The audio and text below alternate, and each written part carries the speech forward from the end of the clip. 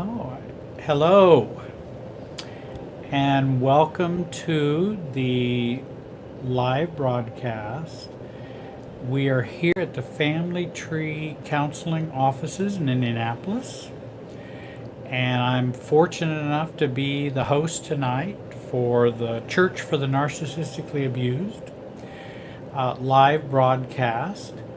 And we talk about a number of things related to folks who are struggling and in need of recovery and help. I might want to put my glasses on so I can see some. These are so the I've got questions there. postings. Just saying hi to you so far, Jerry. Okay. And I want those who are going to be watching tonight to send me questions. I've got a few things to talk about tonight.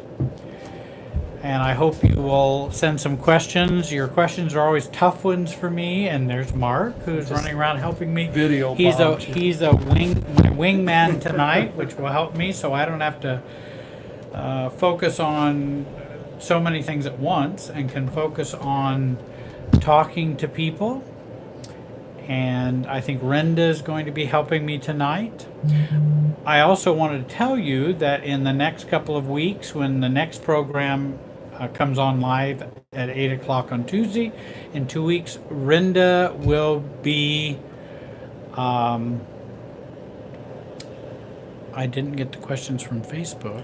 Yeah, I'll get it for you, you're Jerry. getting those. Okay. That Renda will be joining and hosting the show.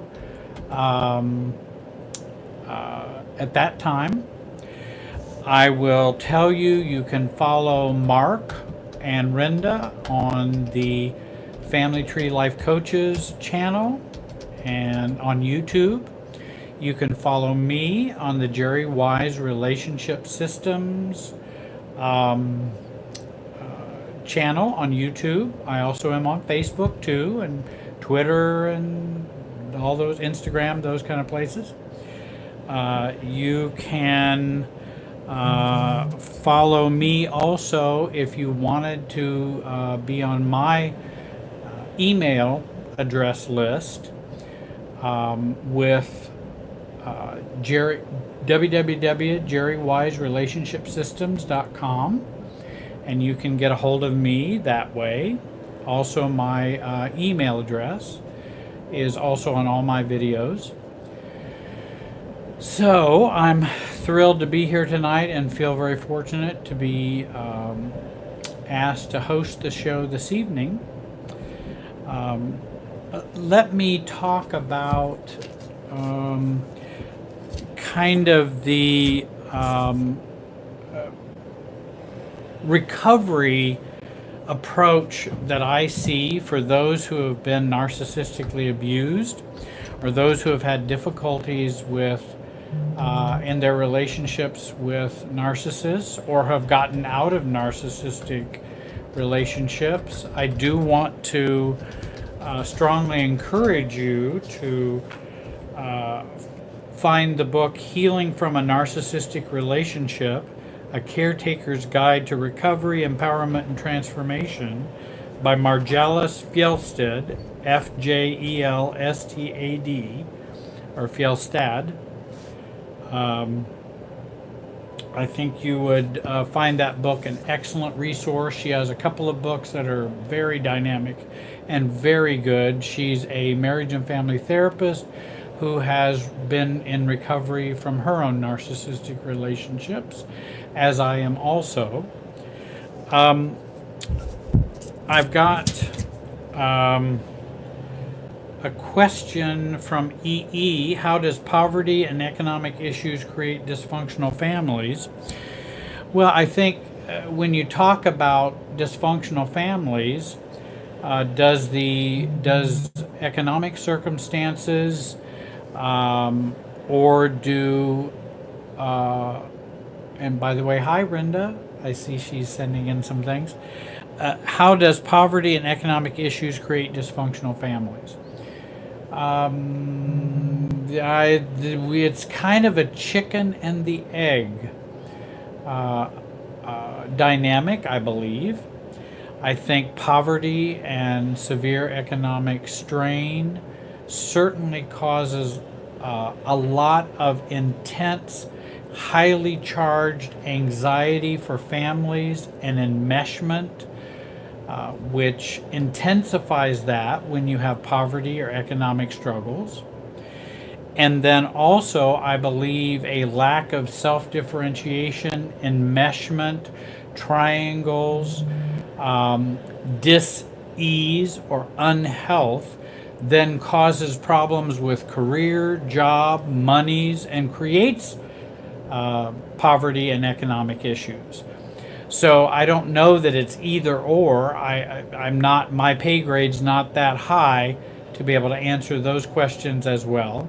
But I believe both of those dynamics impact dysfunctional families, either from the lack of self to the stress and anxiety that creates a lot of unhealthy dynamics in poverty-stricken families and economic problems that people experience. I think that's I think society and its own systemic enmeshment, immaturity, lack of selfness in society creates a lot of economic problems, poverty, and it affects us politically,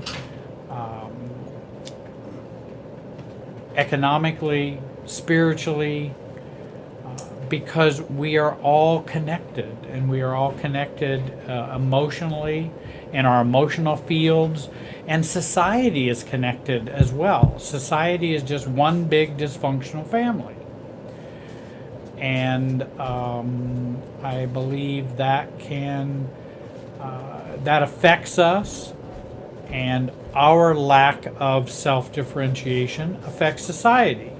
So society affects us, and we affect society, depending upon how we function as a self. And that's not I'm not a genius, that's not my idea. That was Murray Bowen's description of how society is impacted by a lack of self-differentiation, and then how society impacts individuals. I hope that helps a little, EE. Maybe not the final question on all that, but I believe that's how I understand it. I wanted to mention that in terms of recovering from narcissistic abuse, there's that stage 1 of coming out of denial, stage 2, learning about narcissistic dynamics and narcissistic patterns, how they as narcissists function in those patterns, and how we as narcissistic participants in that relationship create and enable those dynamics in our own life. And then thirdly, the learning to be a self, which is kind of stage 3.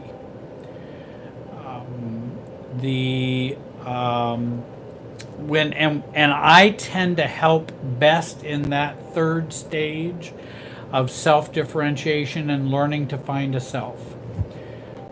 And that's kind of my expertise. There may be some other videos and people who teach about coming out of denial and also narcissistic dynamics and patterns. I think Mark and Rinda do a great job in talking about those narcissistic dynamics and patterns, and coming out of denial as well. And then I try to work on that third stage of learning to be a self, which is that process of learning to find a sense of self, be a self, and begin to gain self-differentiation, which is also another word for maturity, lack of naivety, less enmeshment, more being a self while being connecting with others. Someone has asked about resources for abandonment issues.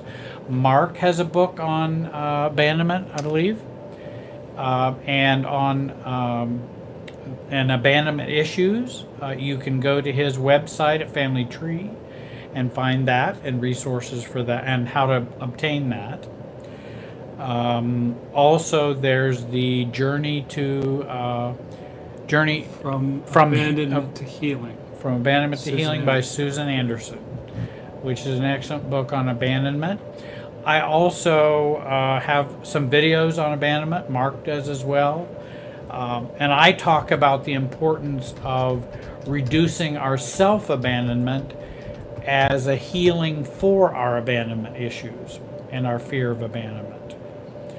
I also believe that the self-differentiation books and family systems books can be helpful in reducing abandonment and rejection and fear of abandonment and fear of rejection, such as Jenny Brown's book, Growing Yourself Up, and Andrea Shera's book, Your Mindful Compass, and then Harriet Lerner's books. And I think those are very good resources. Family Systems Readings, Extraordinary Relationships by Roberta Gilbert is a good book for healing from abandonment. How do we strengthen our sense of self so that abandonment is less of an issue? And I think that's very important. When will Jerry's book come out? Well, that's a very good question, and probably produces a lot of guilt and shame for me when somebody asks that. That's overdue, and I have been working on reducing my schedule and the clients that I see so that I can do more from a workshop perspective and doing workshops on Zoom. I am planning to do a workshop soon, and I will be sending that out to all of my mailing list and letting Mark and Rinda know and letting all of our fans know about that workshop. I've got lots of workshop material that I can bring out and utilize where people can ask questions, and I can also share a lot of information on those. Also, that will free me up and I will have more time to do some writing. I have done already a bunch of writing already.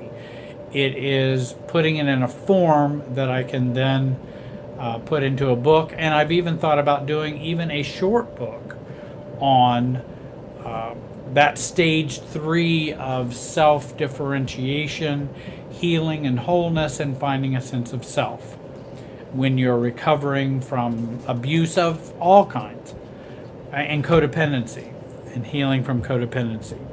So yes, that is something I believe that would be important. I even have someone who would be willing to help me to who wants to be financially supportive of that as well.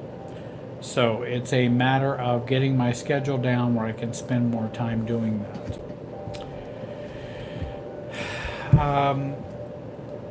I'm sorry, what's that third word? Upped. Oh, okay. Oh, upped your self-care. I got it. When you upped your self-care, it was evident. Keep it up and walk the walk. Oh, yes, that it is more evident when we up our self-care. It really does affect us in a positive way, and self-care is so important. And I think that's where I've been focusing on what do I want to do, what would I like to do to help people as well as to take care of me too. And believe it or not, there's some real resistance that goes on when we up our self-care. The when I don't take care of myself, believe it or not, some people find that a positive thing because I end up enabling and being more codependent or being more less focusing on me or my self-care. When I increase my self-care, you'd be surprised how that can step on other people's toes, and they may be more resistant to that. And I do know that, and I just did see Taming the Outer Child. That's an excellent book. I might mention that as well. And so, right, when we up our self-care, that is a good thing for us, but it may change the system in a negative way for other people. Just like when you reduce your codependency, when you start to self-differentiate, that perturbs the system. It can create some difficulties within the system when you start taking care of yourself. And that's one of the things I talk about with people before they begin to do that. Let's see the potholes and the difficulties we're going to run into when we start becoming healthy. Because we want to be aware of those and see those down the road coming.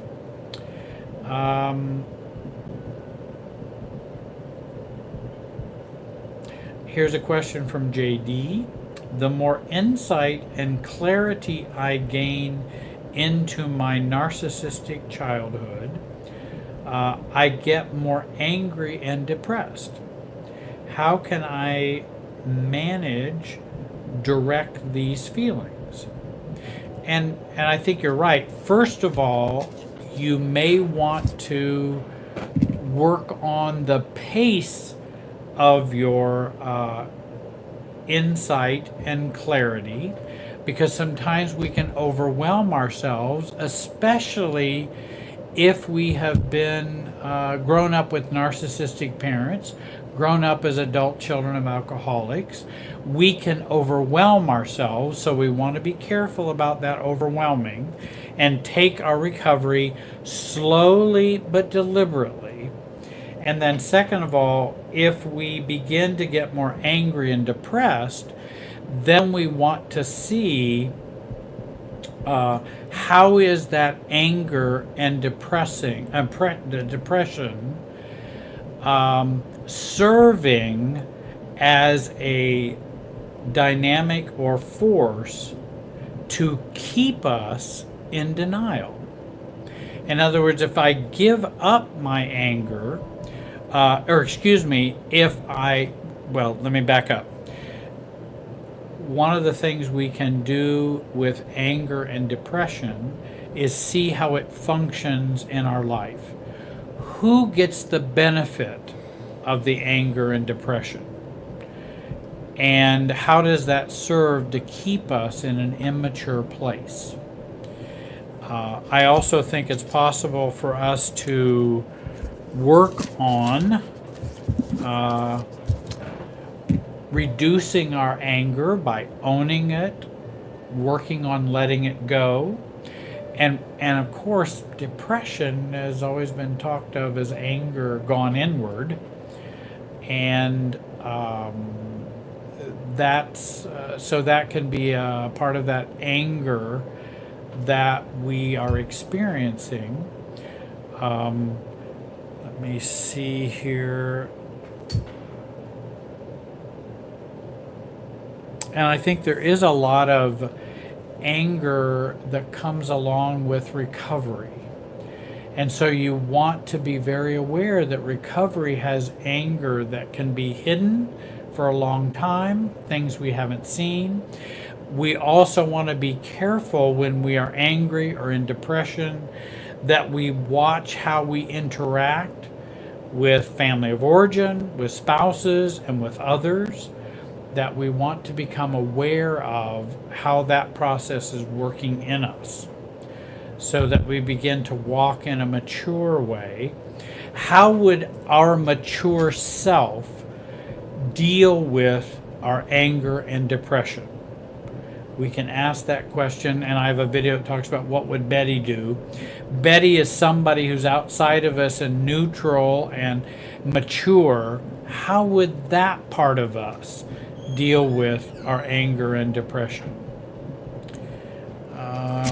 Let's see, we got cutting off. We got, here's one. Can you talk about self-abandonment? Oh, I think that's a very good. I think Rinda has come in to join us, Thank you. and it's great to see her. And talk more about self-abandonment. Self-abandonment is something we do when we are rejecting ourselves or continuing the pattern that we have internalized from our family of origin, or narcissistic parent, or a narcissistic partner that we have internalized that negative abandoning process. We internalize it, we turn it on ourselves, and then we find ourselves repeating that process, and that's called self-abandonment, where I put myself down, I don't accept myself, I don't want to see reality, I stay in denial, that's self-abandonment. Also acting out with drugs, alcohol, codependency, relationships, gambling, religion, toxic, all kinds of things, behaviors are self-abandonment. In fact, I was just reading here, when we don't protect ourselves, we create, when we do not utilize self-protection, we then create more self-abandonment. When we don't hold to boundaries, that's self-abandonment. When we don't set limits in any way, that's self-abandonment. When we don't collect allies or support or help from healthy others, that's self-abandonment. When we say no and don't mean it, that's self-abandonment.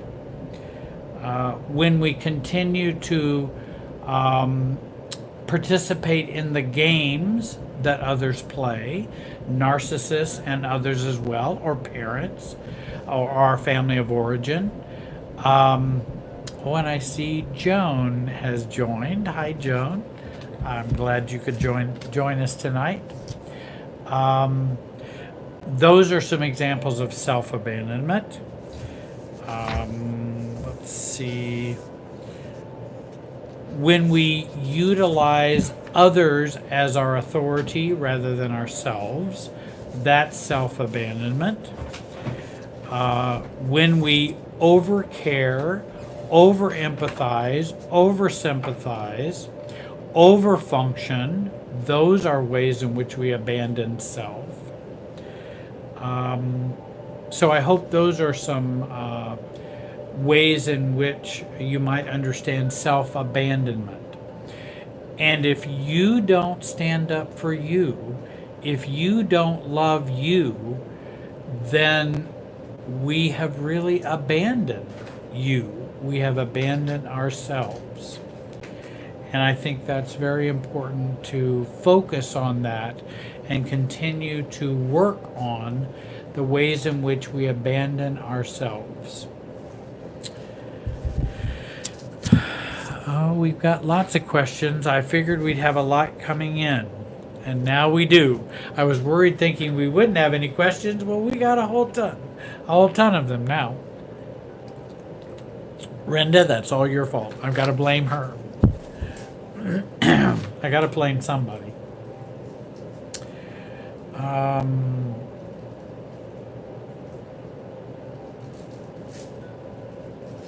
Ooh, this might be a good question, though you might not like my answer. And that's okay, because an answer you don't like may be an answer that helps you get out of the box of the thinking that you're in. So not always do we want the answers that we get, because we may need answers that do not fit our current paradigm. And so we may feel it as an answer I don't like. The best answers I ever got from therapists, coaches, and people who have helped me as people who have helped me the most are often those are the answers I didn't like. If somebody's going to give me all the answers I just like, I may not be going anywhere, and I may maintain the status quo. Amelia Jane asked, why do narcissists and stalkers vacillate between love and hatred for the same target? What's the best way to stop seeking validation from toxic people like this? I don't know there is the best way to do it.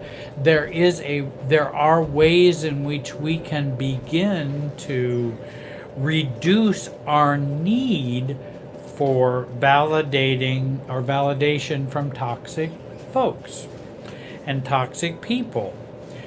And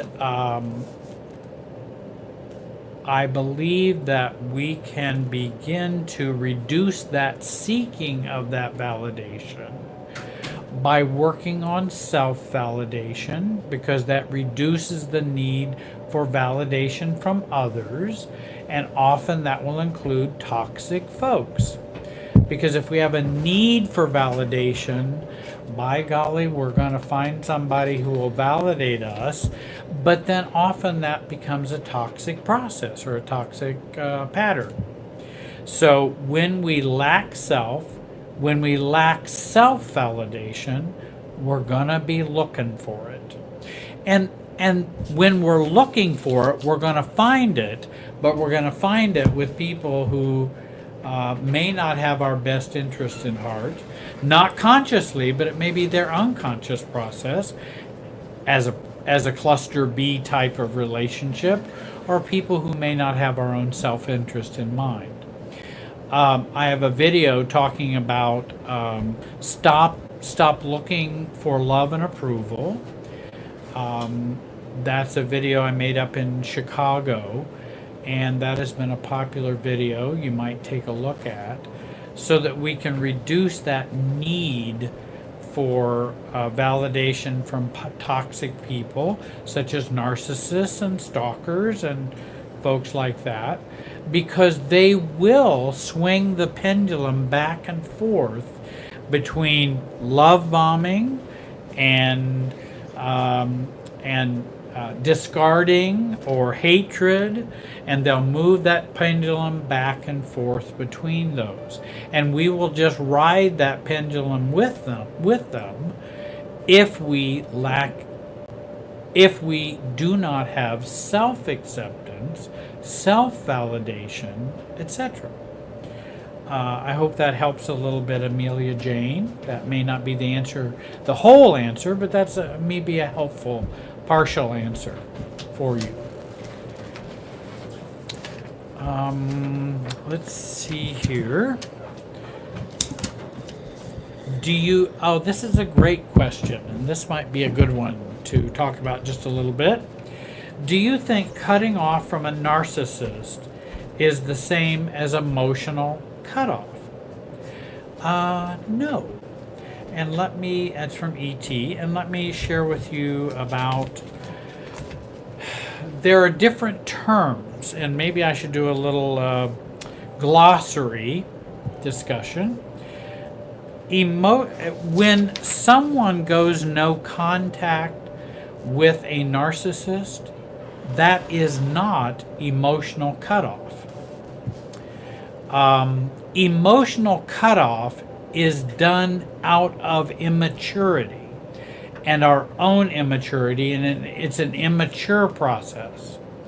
No contact is a mature process that we do as adults, because someone is toxic or will not respect our boundaries. So I don't think that no contact and cutting off is the same thing. Cutting off is an internal emotional process. Going no contact is an adult, mature behavioral process we do with someone who does not respect our boundaries, who does not accept us, and cannot deal with us as a mature adult. And narcissists cannot do that. And so it's not an unhealthy process of cutting off by going no contact with someone who is narcissistic. Oops.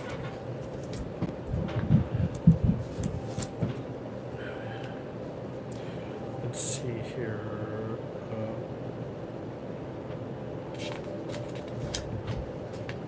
Okay, let me take a look. Here's a good question too. Ginger asks, is self-abandonment the same as self-sabotage? Well, self-abandonment will always sabotage ourselves. And so we do want to be very aware of our self-sabotage and self-abandonment and work on how we do those things. That's a pattern that we do in our life, and it's good to explore the what's the benefits of continuing to do it, and what are the downsides if we stop it. Those are very good questions about self-abandonment and self-sabotage. That will help us reduce sabotaging ourselves. And then here is a question about, could you give us, MRLG says, could you give us some advice on how to use social media wisely when being harassed and stalked by a narcissist? I may not be the expert on social media or how to use it wisely. I do think if you are being harassed or stalked by a narcissist, then you may want to reduce your footprint on social media. Sometimes it's good to take a break. You know that social media is not the same thing as having a life. I believe in social media. I think social media can be great, and social media can be very useful tools, but they're not the same thing as having a life. And if you've got some folks who are stalking you or are abusing you, I mean, certainly you can block them. You can take them off YouTube, Facebook. Those are not people that you have to continue to utilize in your social media. We do have some control over our social media. And I would utilize those blocks that we have, whether it be WhatsApp, Facebook, YouTube, all of those kinds of things. You can just say no to them. Let's see here.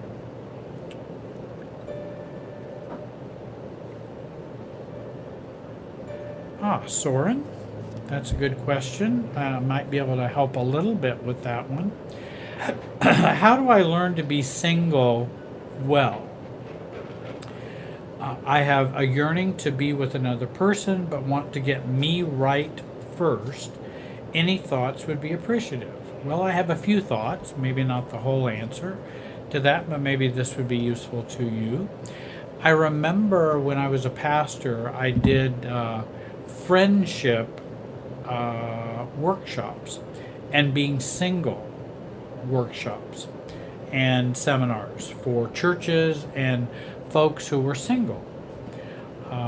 And there was a good author, Susan Muto, M-U-T-O, and she was a person who did some good writing about being single. and the dynamics of being single. And I would advise you might take a look at her writings. Now, they tend to be from a Christian or spiritual background, but whether you are a Christian or spiritual or religious, her advice and her coaching would be a real help in that area. Susan Muto, M-U-T-O. And she also would do spiritual guidance and work with Adrian Van Kaem, who was an excellent writer in that area. But I think Susan Muto might have some really good, mature books on friendship and singleness. Hope that helps, Soren. And this is a good question. This is Carla, and she writes, I'm trying to validate me. How do we validate ourselves? You know, I love those how questions, and I know I drive people crazy with that because how questions are usually not about how. Though I'm for coaching, helps, therapy, and getting input from other people, I'm not rejecting those at all. Those are very important tools for us. When we talk about how do we validate ourselves, often it's a question of when versus a question of how. And many times we ask the how question when we haven't answered the when question. When are you going to begin to validate yourself? It's a when question.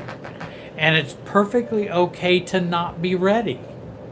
And that's why I help people with the work of owning the fact that I'm not ready to validate myself. And if we can own the fact that we are not ready and self-accept the fact that we are not ready, that's the beginning of self-validation. That is a validating of ourselves. But oftentimes we don't want to do that work.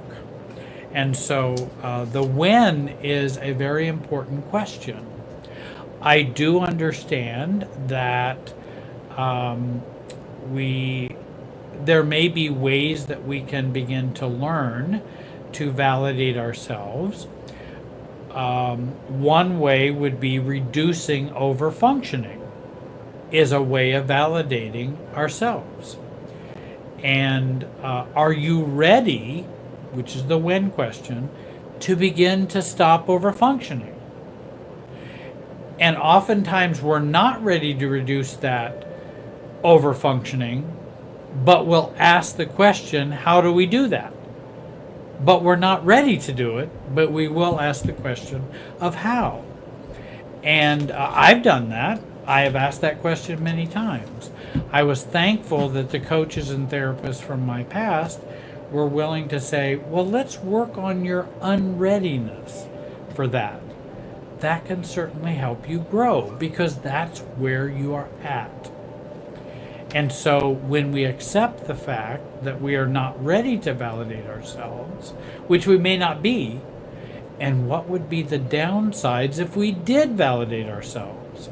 Who would be affected by that? And how would that affect us in a negative way? So I hope that might help a little bit, Carla. That's not easy. It is simple, but not easy. And thank you for that question. I appreciate that. Let's see here.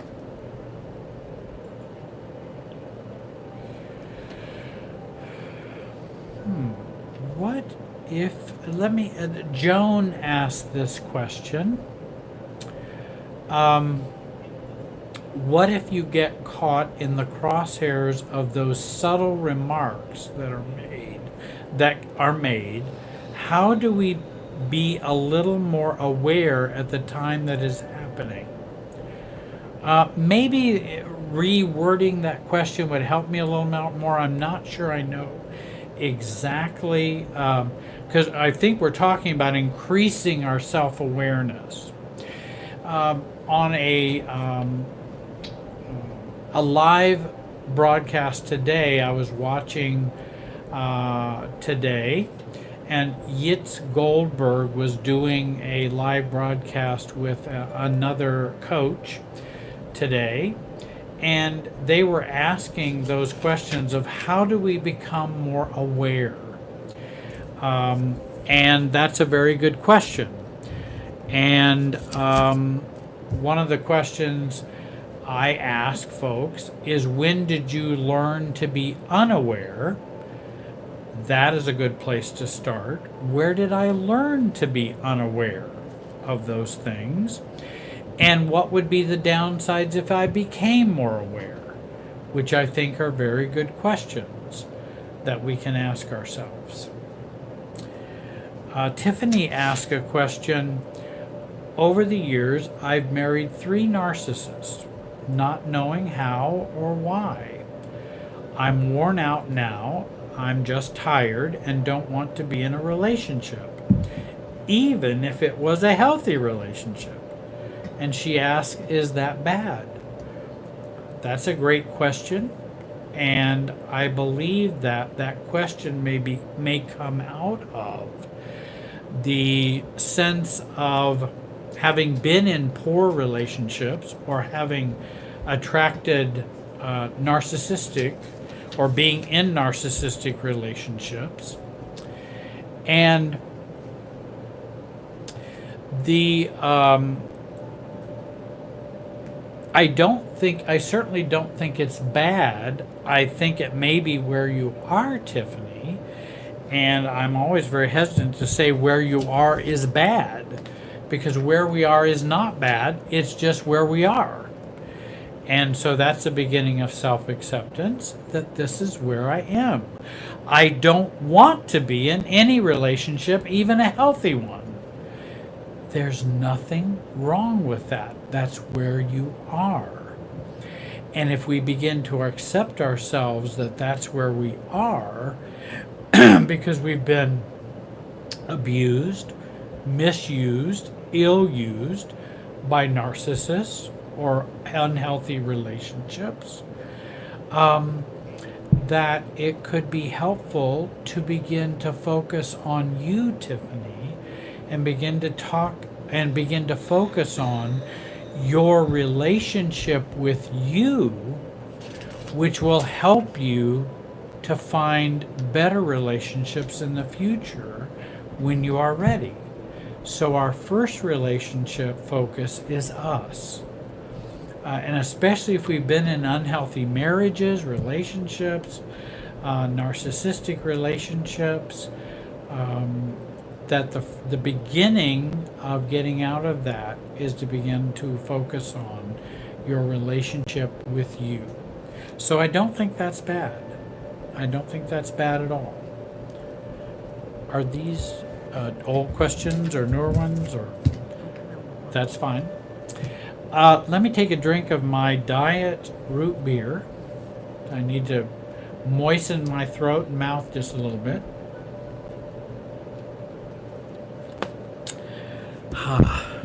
That feels better. I wanted to mention something while folks are sending some more questions. There is a good quote. Thanks, Renda. Let's see here. I wanted to mention. Oh, there it is. And I like, especially Tiffany's questions and some of the other questions relate to this quote. And I'm going to resort to the powerful and important wisdom and philosophy of the Wizard of Oz. And especially the good philosopher, coach, therapist, and helper of Glinda, the Good Witch of the North. I'm sure many of you have watched The Wizard of Oz. And she says to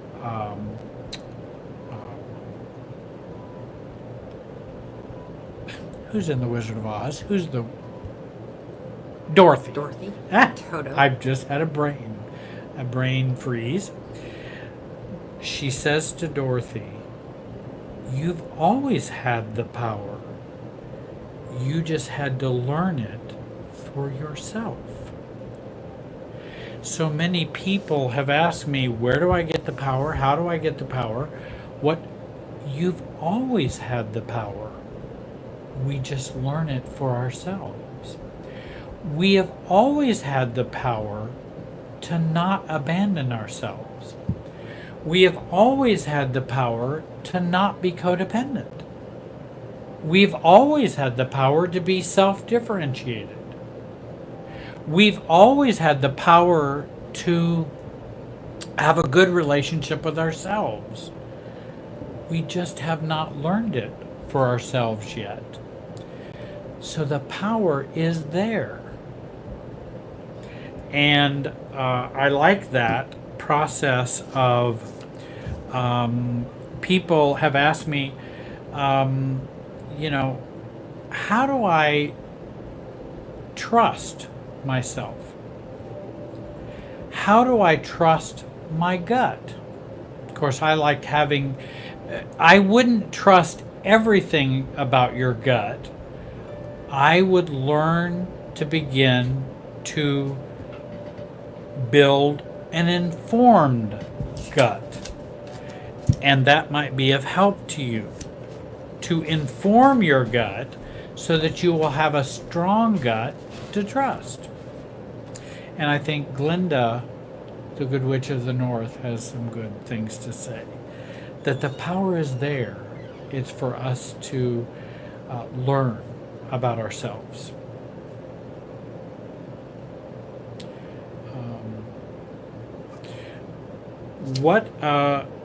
Soren has a question, and I can maybe talk about Sylvia's question too.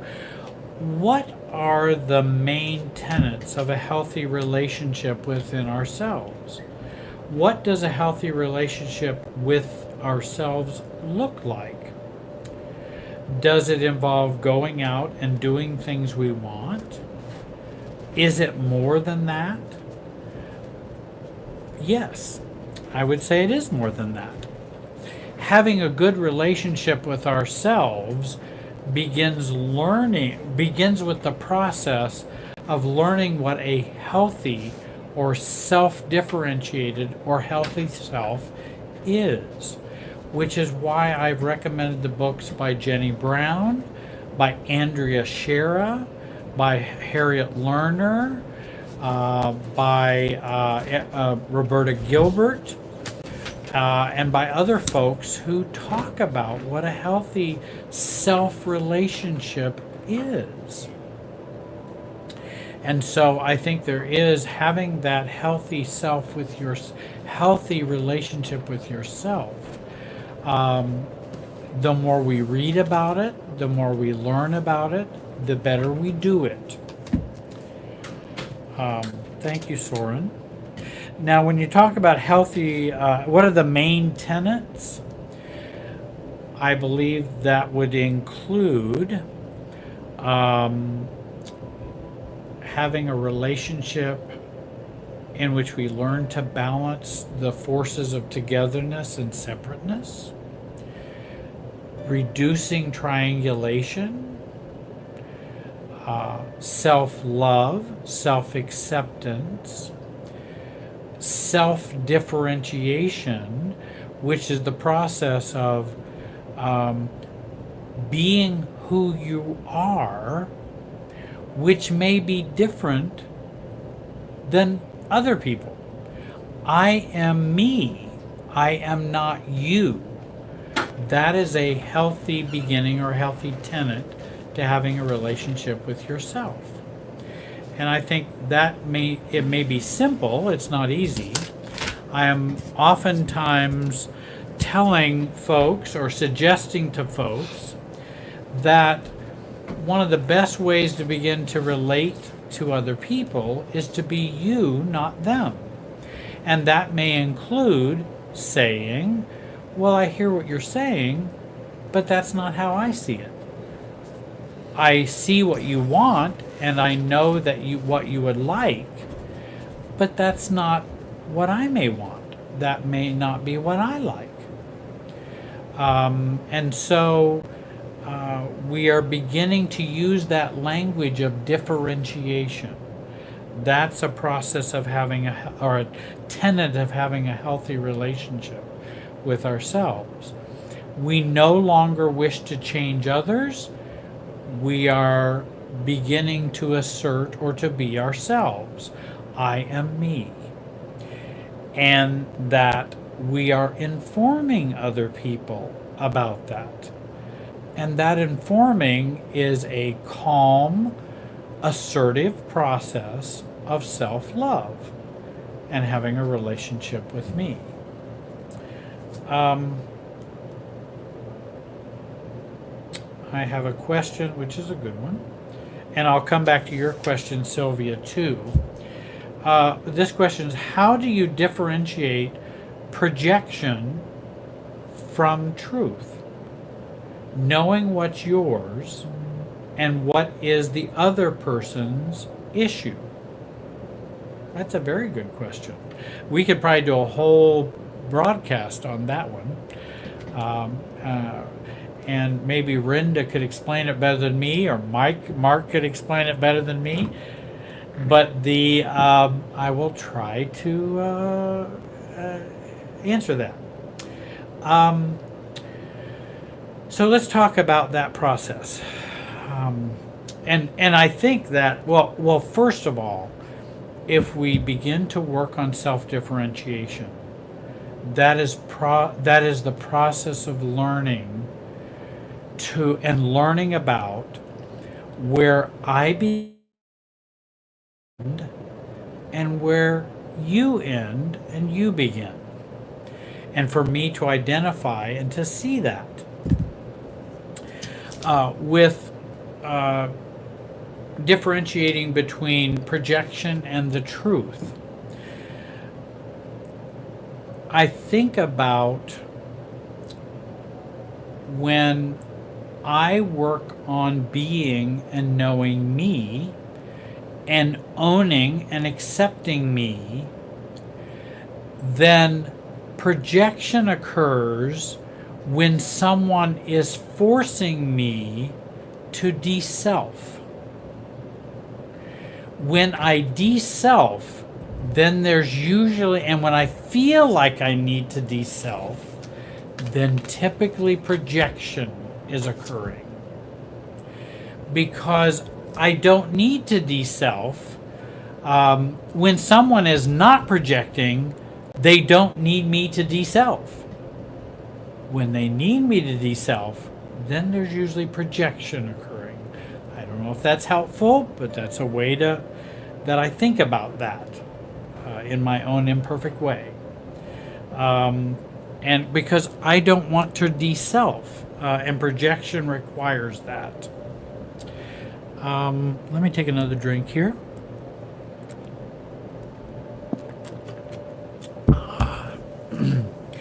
Sylvia had a good question that I wanted to mention or answer or talk about.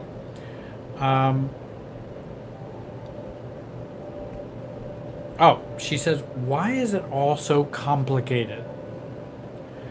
Why can't we just live a life and just live and let live? It's exhausting. You know, I think that's a very good question. Though life is not black or white, and life is very gray, unfortunately, and complicated, it is the reason why I feel people cannot live or live by the live and let live tenet is because they have not worked on themselves and their own self-differentiation, which includes me, because I also know that I have a hard time with living and let living by others. I typically want to change others. And I definitely want to change others when I have not accepted myself. That's when I want to change others and need to change others, because I'm not okay with me. So I need you to change so that I can more accept me. Only that doesn't work.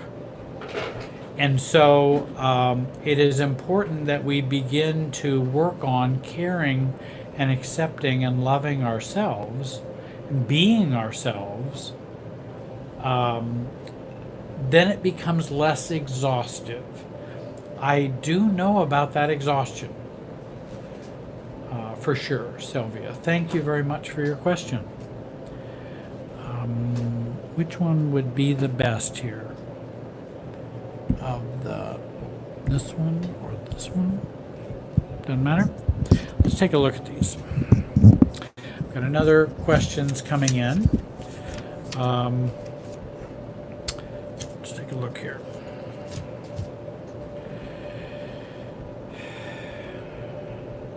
Ooh.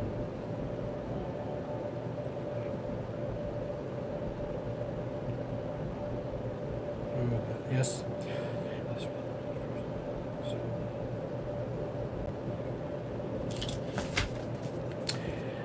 Yeah. Here's one.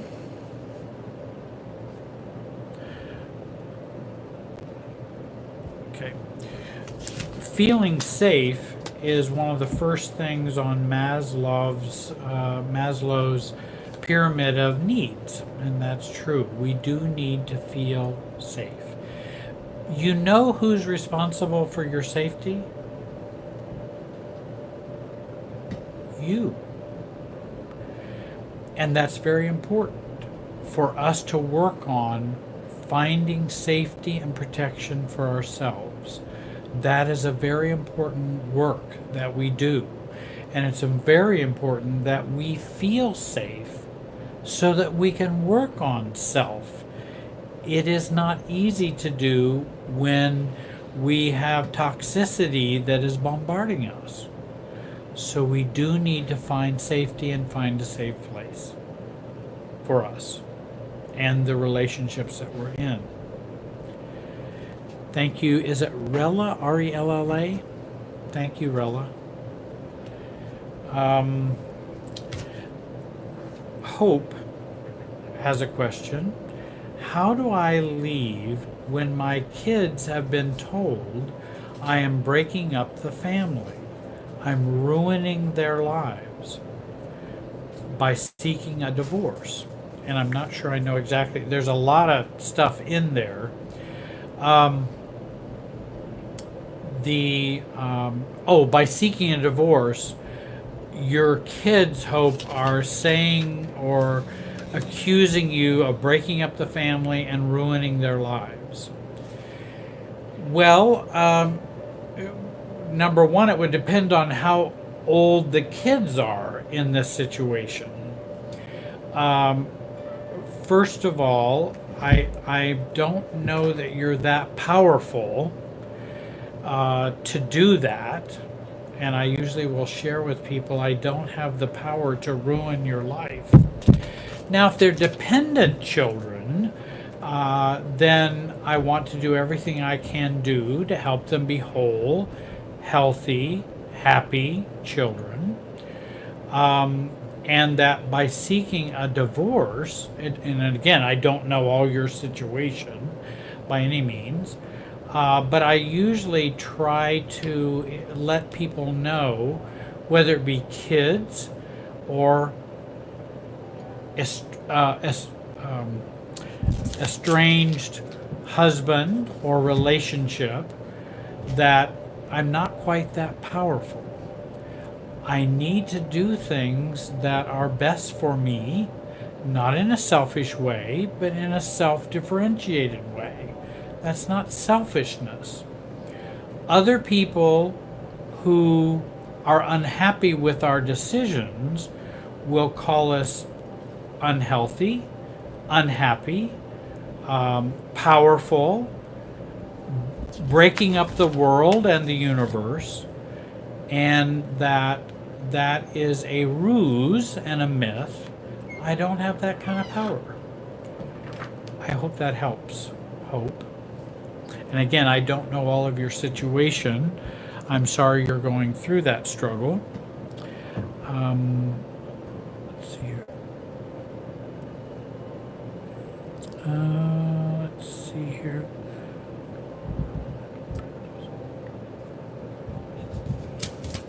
Let's take a look here.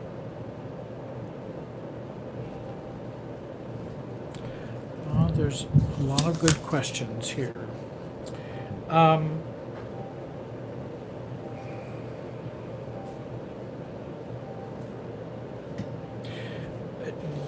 Joan asked a question. How can I be more aware when I'm in the presence of someone I trusted and now I am seeing his remarks as abusive and I woke up to his inappropriateness?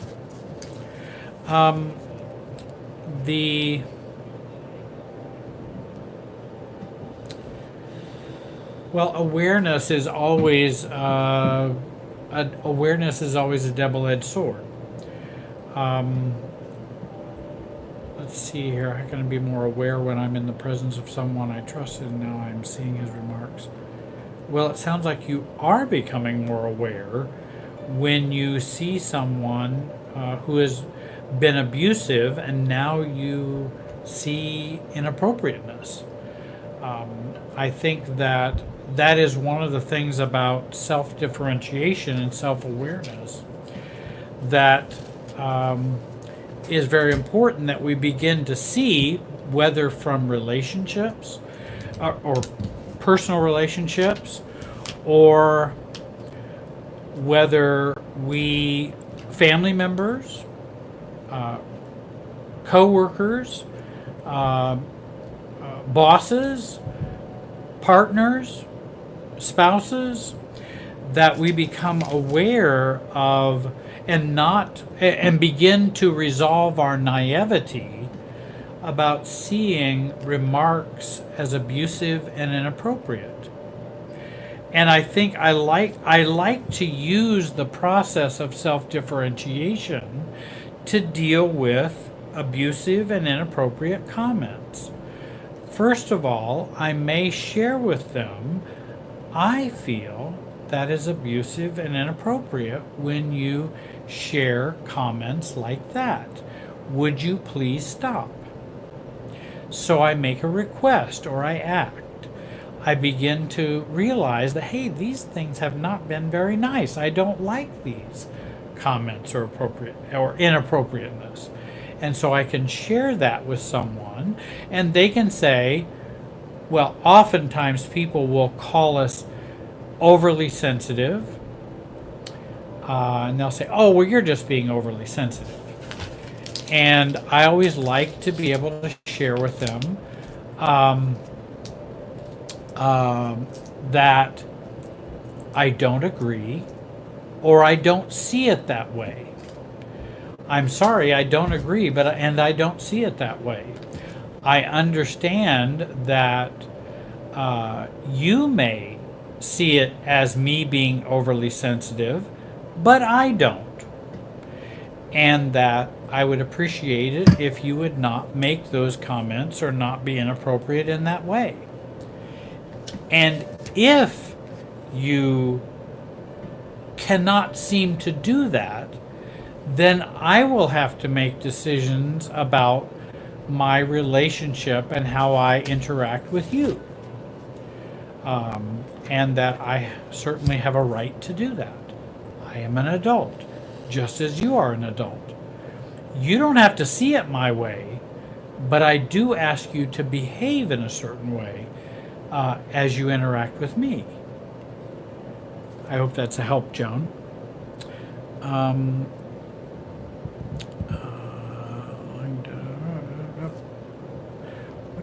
when someone betrays my trust over and over? Kelly, you ask an interesting question. What do I do when someone betrays my trust over and over?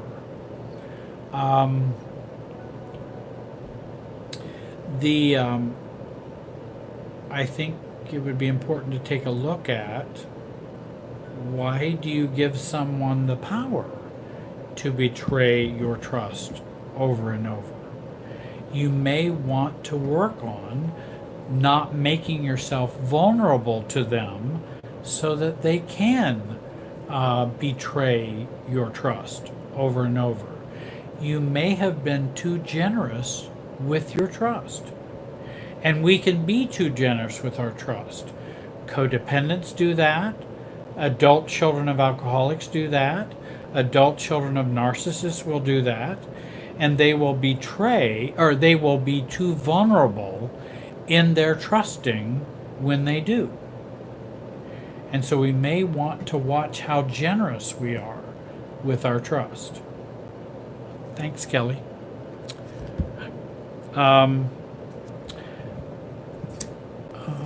Let's see here. Okay. And this is a good question. This is from also MRLG.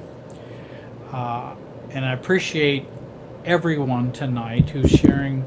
I'm knocking my microphone.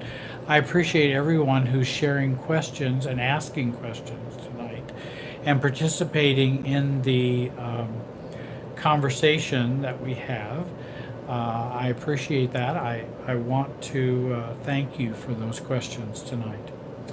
MRLG asks, how do I handle a combination of gaslighting, pathological lying, defamation, and false accusations? Any suggestion on what to do about this? I have a few that might be of help.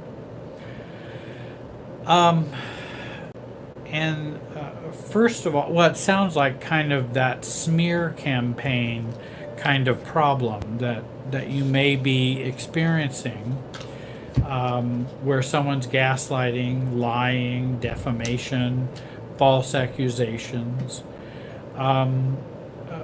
First of all, I like to watch and be careful how much that triggers my reactivity, because we want to reduce our reactivity when someone does those things. People will do those things. People all around us will do those things. And so we do accept the understanding that that will and can happen. And that it depends on who that person is. Whether, I don't know if that's a friend or a spouse or an acquaintance or who is doing that, because that might change, what advice I might have. But when someone is off doing a smear campaign with us and defaming us, false accusations, that we turn inward and take a look at, do we see it the same way as them? No. They are gaslighting. They are pathologically lying. They are defaming, and they are making false accusations. If it is very difficult to get someone to stop doing that.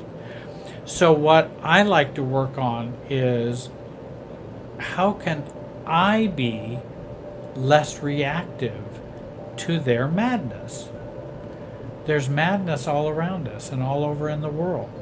How can I be less reactive to their madness? Because I can't change their madness. I can only change me. And what do I need to do to reduce how those things cause reactivity within me? And I many times, also if they're doing a smear campaign and other people are affected by that, then they are affected by that to their peril. I think I've mentioned that it is perilous when someone accepts gaslighting and pathological lying and defamation and false accusations, it's perilous for them to do that. Um, and I will let people know that it's very perilous for them to do that. I don't accept lying and defamation and false accusations because I know that's what they are. So I understand when that is happening. And what I hope to do is to have a self barrier and a self acceptance barrier, that when those things are happening, they come in and they hit my sense of self, which I know I don't accept those things, and then they fall off. They can only go in so far and drop down. I don't accept them as a part of myself. It's not reality and it's not true. If someone wants to do that and wants to be crazy, they can. I think I talked about that maybe the last time when I talked about Coca-Cola. That when someone is lying, gaslighting, defaming, and falsely accusing, that's the same thing as someone calling me a Coca-Cola. And that's how crazy it is. It's all craziness. They might as well be saying, Jerry, don't you know you're a Coca-Cola? No, I am not. And it sounds like you're accusing me of being a Coca-Cola. If you choose to think that way, you may, but that's not who I am. I'm not a Coke. I'm Jerry. And if you continue to call me a Coca-Cola, or accuse me of being a Coca-Cola, or you lie about me being a Coca-Cola, or you gaslight me saying you're not a person, you're a Coca-Cola, then you can do that all you want. It's just crazy. And so you're free to do that, but it is Coca-Cola thinking, and I have no control over your Coca-Cola thinking. Now, if other people want to believe that I'm a Coca-Cola, I'm not in control of their Coca-Cola thinking either. And so I think of that Coca-Cola thinking is what I do.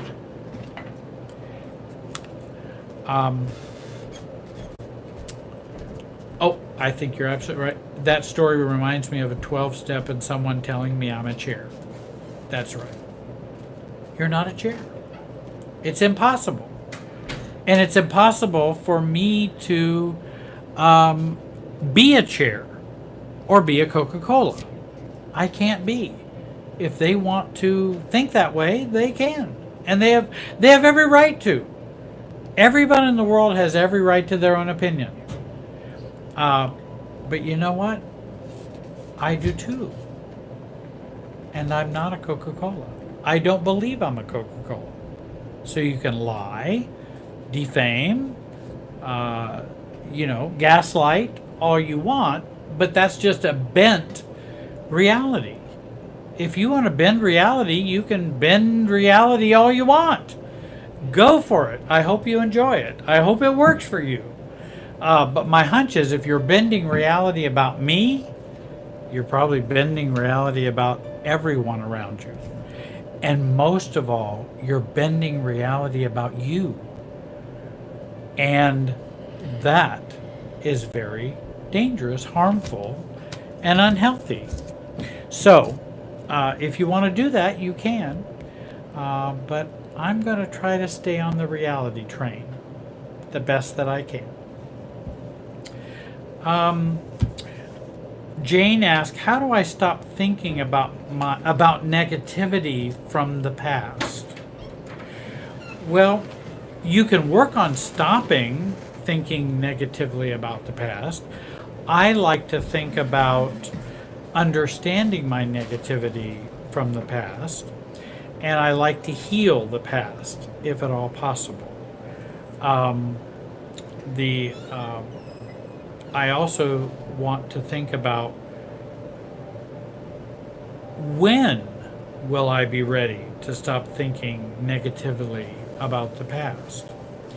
And that you might want to think about or to accept the fact that I'm not ready to stop thinking about negativity from the past. You may not be ready. What are the downsides if you stop thinking negatively about the past? There may be downsides. There probably are downsides. Or, and that's why we keep thinking negatively about the past. I hope that helps, Jane.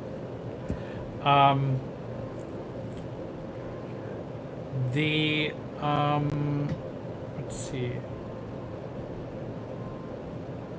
Let's see here. Can you got that one sometimes?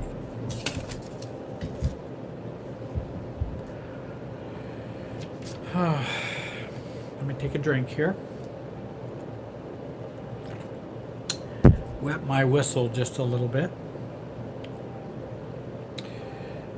We've got about 10 minutes to go. I wanted to alert you to that. We've got about 10 minutes. I want to remind you that Renda Smith, life coach and a social work person, is going to be LSW is going to be doing the broadcast 2 weeks from tonight at 8 p.m. Eastern Time. I wanted to remind you of that so you are aware. And you can find her on Renspire, her website. Is that right? And I also want to say you can find me on my website, which is www.jerrywiserelationshipsystems.com. You can find me there and on YouTube and on Facebook under the same name.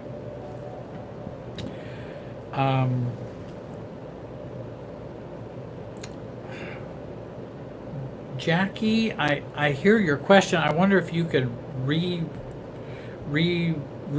it a little differently.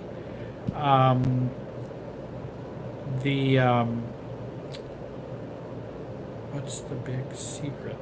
And says, what's the big secret? If your spouse keeps betraying your trust, and says, what's the big secret?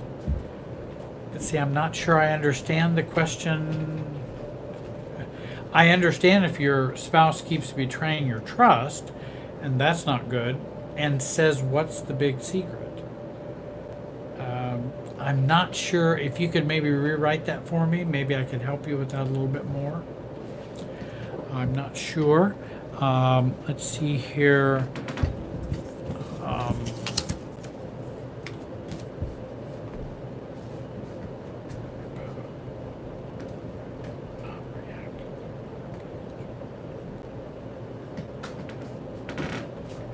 Well, Sylvia has a good question. Sometimes there is so much madness around us in the world, we end up not reacting. We end up not reacting to the point of pathology? Question mark. Well, I definitely think there's a lot of madness around in the world. There's no doubt about that.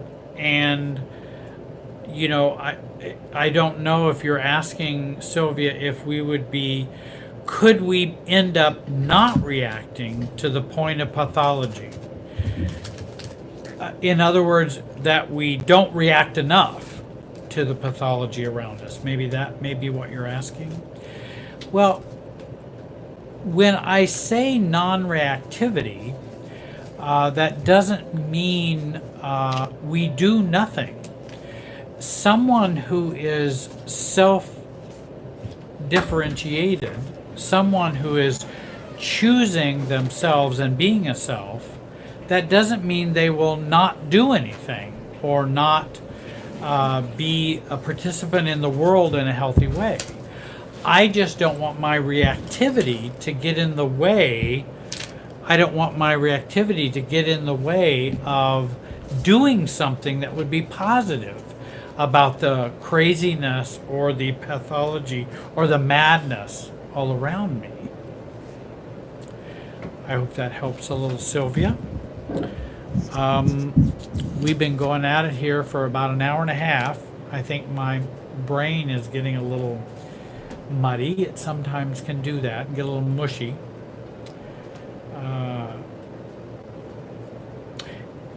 Melody asked, can you recommend some of your videos for finding a true self? Yeah, I've got about 130 some videos on YouTube. If you write to me at jerrywise5@gmail.com, I will send you a listing of all of my videos, and I think the topics and the titles of those videos would be helpful to you in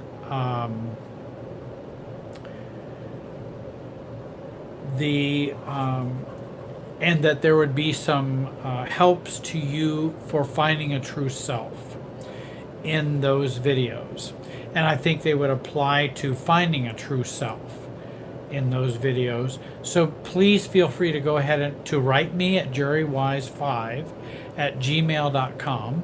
You're also very willing to do that. If I wasn't able to answer your question tonight, you can send that question to me directly at that video or at that email address, and I will do the best I can to help you with answering those questions. So please send those to me. There are times in which sometimes people will send very long emails, and it can be hard for me to get back with everybody and get back a good long answer. If I did that, I'd never be able to do anything else.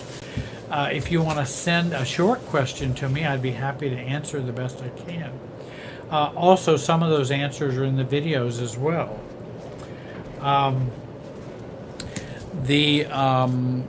And you can take a look at, I think many times the videos, almost all the videos that I have done will talk about self-differentiation and being a true self. And virtually all the videos have that content in it. Let's see here.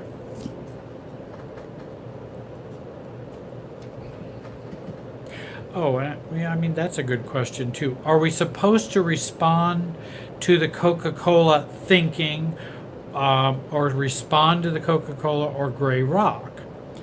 In particular, in front of my kids, because they think I'm crazy because my husband has told them that for years, that I've been crazy.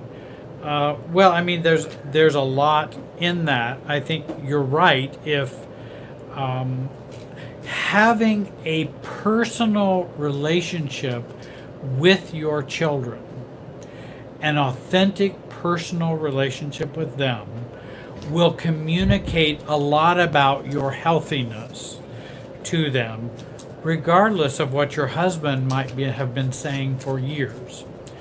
And that's a very complicated situation. I would recommend you work with a good therapist or a good coach, Mark, Renda, myself, in helping you with that situation and that marital difficulty that you have, and how you deal with your children. I'm not sure I know how old your children are. That can make a difference. Not always is it helpful to respond to the Coca-Cola thinking. You're right. Gray rock or no response can be the right response.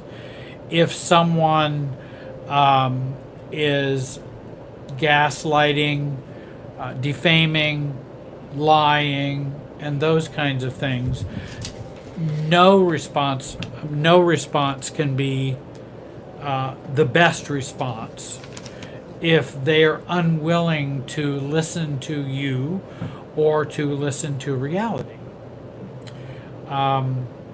what do I do when someone if your spouse keeps betraying your trust? How much?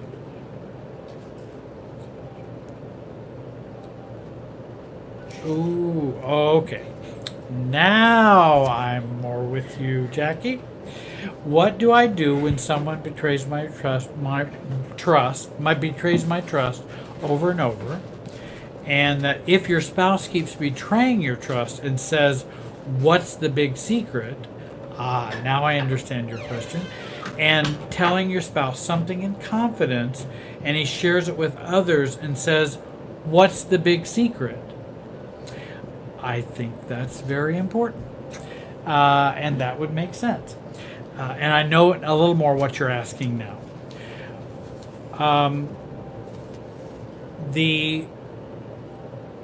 If I am sharing with a spouse something in confidence and he breaks that confidence, then he no longer has the right to say, "What's the big secret?"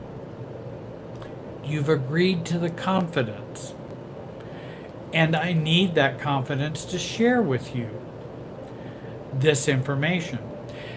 Instead of giving you a long answer about that tonight, Jackie or Kelly, here's what I would recommend.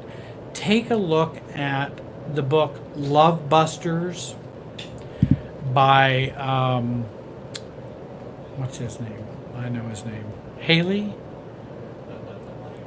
I'm trying to think, but it's Love Busters is the name of the book. And that what's so very important is the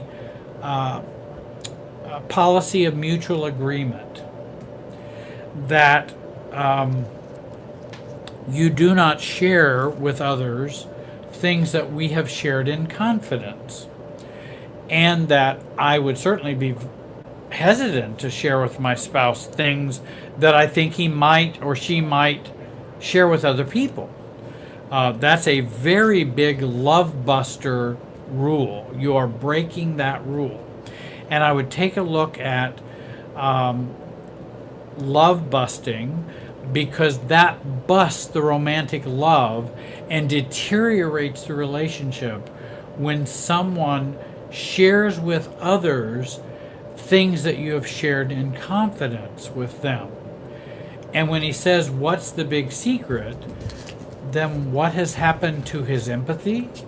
What has happened to his making the relationship a priority, and not what he shares with other people that you have said the priority, but making the relationship a priority? Yours and his relationship is what's important. That's pretty, when he shares, I just read her comment. Willard Harley, right, Love Busters. I would take a look at that. If someone gets a kick out of sharing, that's not healthy.